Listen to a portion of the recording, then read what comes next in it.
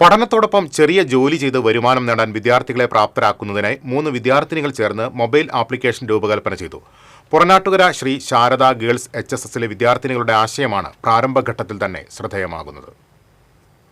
വിദേശ രാജ്യങ്ങളിലെ മാതൃകയിൽ പഠനത്തോടൊപ്പം ജോലി എന്ന ആശയം യാഥാർത്ഥ്യമാക്കാനുള്ള ശ്രമത്തിലാണ് പുറനാട്ടുകര ശ്രീ ശാരദ സ്കൂളിലെ വിദ്യാർത്ഥികളും യങ് ഇന്നോവേറ്റീവ് പ്രോഗ്രാം സംസ്ഥാനതല വിജയികളുമായ ശ്രേയ, ഹൃതിക, ഡെൽന എന്നിവർ.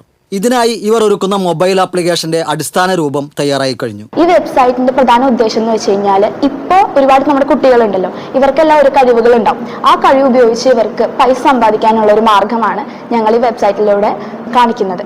അപ്പോൾ ഇതിൽ 2 ഓപ്ഷനാണുള്ളത്. സ്റ്റുഡൻസിന് ലോഗിൻ ചെയ്യാനും ഒപ്പം ഈ ബിസിനസ് അല്ലെങ്കിൽ അവർക്ക് ജോലി കൊടുക്കാൻ താല്പര്യമുള്ളവർക്ക് ലോഗിൻ ചെയ്യാനുള്ള 2 പോർട്ടലാണുള്ളത്. അപ്പോൾ കുട്ടികൾ അവരുടെ കഴിവുകൾ മറ്റും അവരുടെ സമയപരിധി എല്ലാം കൂടി രജിസ്റ്റർ ചെയ്തിട്ട് ഒരു ബയോ ക്രിയേറ്റ് ചെയ്യും. ഒരു വലിയൊരു വർക്കിംഗ് പോപ്പുലേഷനെ സാലറി കൊടുക്കാനുള്ള കഴിവുണ്ടാവില്ല പുതിയ സ്റ്റാർട്ടപ്സ് ഒക്കെ ആകുമ്പോൾ. അപ്പം അവർക്ക് ഇതുപോലെ കഴിവുകളുള്ള കുട്ടികളെ അവർക്ക് ഓപ്റ്റ് ചെയ്യാൻ സാധിക്കും. അപ്പം ഇതെന്തിനാണ് ഞങ്ങളുടെ മെയിൻ ഉദ്ദേശം എന്ന് വെച്ച് കഴിഞ്ഞാൽ ഇപ്പോഴത്തെ ഒരുപാട് ഫാമിലീസ് സ്ട്രഗിൾ ചെയ്യുന്നുണ്ട്. അപ്പോൾ ഒരുപാട് കുട്ടികൾക്ക് അവരുടെ ഫാമിലീസിനെ സപ്പോർട്ട് ചെയ്യാൻ ആഗ്രഹം ഉണ്ടാവും. അതിന് വേണ്ടിയിട്ടാണ് ഞങ്ങൾ ഇങ്ങനെയൊരു വെബ്സൈറ്റ് ക്രിയേറ്റ് ചെയ്യാൻ ഉദ്ദേശിക്കുന്നത്.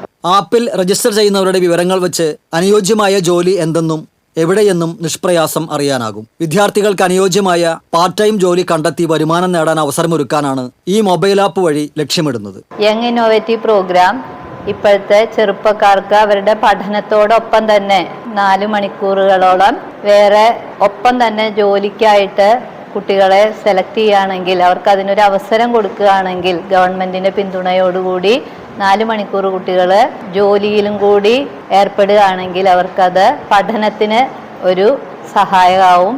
ആപ്ലിക്കേഷൻ പൂർണ്ണമായി പ്രവർത്തന സജ്ജമാകാൻ ഇനിയും കടമ്പകളുണ്ട്. തുടർ സാങ്കേതിക സഹായവും നിർമ്മാണ ചെലവിനുള്ള ഫണ്ടും ഉറപ്പാക്കുകയാണ് അടുത്ത പടി. അടുത്ത മാസം മുഖ്യമന്ത്രി ഉൾപ്പെടെയുള്ളവർ പങ്കെടുക്കുന്ന യങ് ഇന്നോവേറ്റീവ് പ്രോഗ്രാമിൽ തങ്ങളുടെ ആശയം അവതരിപ്പിക്കാൻ ഒരുങ്ങിക്കഴിഞ്ഞു ഈ വിദ്യാർത്ഥിനികൾ. TCV തൃശൂർ.